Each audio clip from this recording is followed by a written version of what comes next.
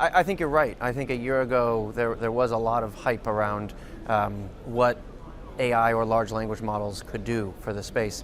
We're of the view at Palantir that the models are an important piece, but they are only one piece. And if you look similar to sort of 10 years ago when everyone said, oh, I'm going to transform my organization digitally, that only matters if you're actually pointing at a real problem and saying, I want to solve this problem in my company, I want to make this process more efficient, I want these teams to collaborate on this problem set.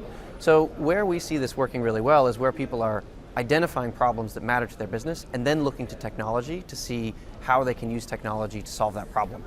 For us, that means really a reliance on, we build our software to solve complex chained decisions, where when you make one decision, you're influencing all of the other decisions you can make. I think energy is a prime example of that, where you have a connected value chain, right? And that value chain, that process of decisions you make is mapped for us in the ontology. Large language models sit on top of that, right? And they accelerate your ability to make decisions and see the impact of those decisions across that value chain. Yeah, so, your viewers may know, we started only in the national security space, right? And we built the company around how do you make collaborative decisions on these real sticky, thorny problems. If you look at energy, to me it actually looks very similar to that space. You have a very large set of data, right? If you think of traditional oil and gas companies, you're looking at seismic data, high frequency sensor data, well logs, schematics, construction diagrams, unstructured text, right? So the data integration problem is still the same. How do you put all of that data into a combined view, this sort of process-oriented data model, right? And then how do you enable people who are experts in the field to make decisions without sacrificing the power of the computation or the models or the logic they want to run on that?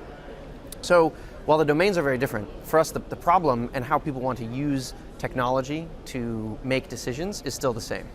So we got into energy 10 years ago with BP, as you mentioned. And sort of the first thing we looked at was risk, and then the second thing we looked at was production optimization, right? And in each of those, you're dealing with a decision-making process that goes through lots of different parts of your business unit and different people who have different areas of expertise making those decisions.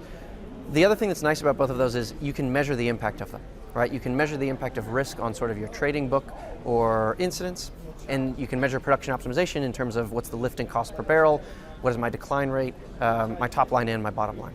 I do think there's an advantage to moving quickly. But I think, again, similar in both of those domains, or if you look in other domains we operate in, heavy manufacturing, transportation, logistics, healthcare, those are all regulated industries, right? And so in intelligence or energy or healthcare, no one is going to make a decision just because a model told them to. So I think the companies that are really going to move quickly are the ones who embrace what this technology can do, but incorporate it deeply with the way their humans work, right? A petroleum engineer is more important to an organization that's using AI, not less important. Yeah, I think this is a topic worth talking about. I think there's a lot of conversations about this here while we're in Houston today.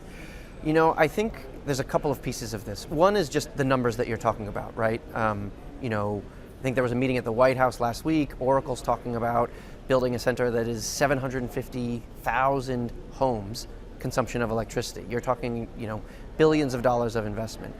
The good news is, I think that this technology is going to also generate new ideas of new innovations of how to solve some of these problems, right? And it's hard to think of both of those things at the same time, particularly when one of these sectors moves so fast, right? If you look at the proliferation of companies that are building these data centers or that are running models that are in these data centers, and you compare that to the speed at which large power plants are built or things are approved or permits are granted, depending on the jurisdiction, there's a very wide gap there. So I do think this is a topic that we're going to keep talking about over the next months and years, but I don't see those demands going down for consumption of power and electricity.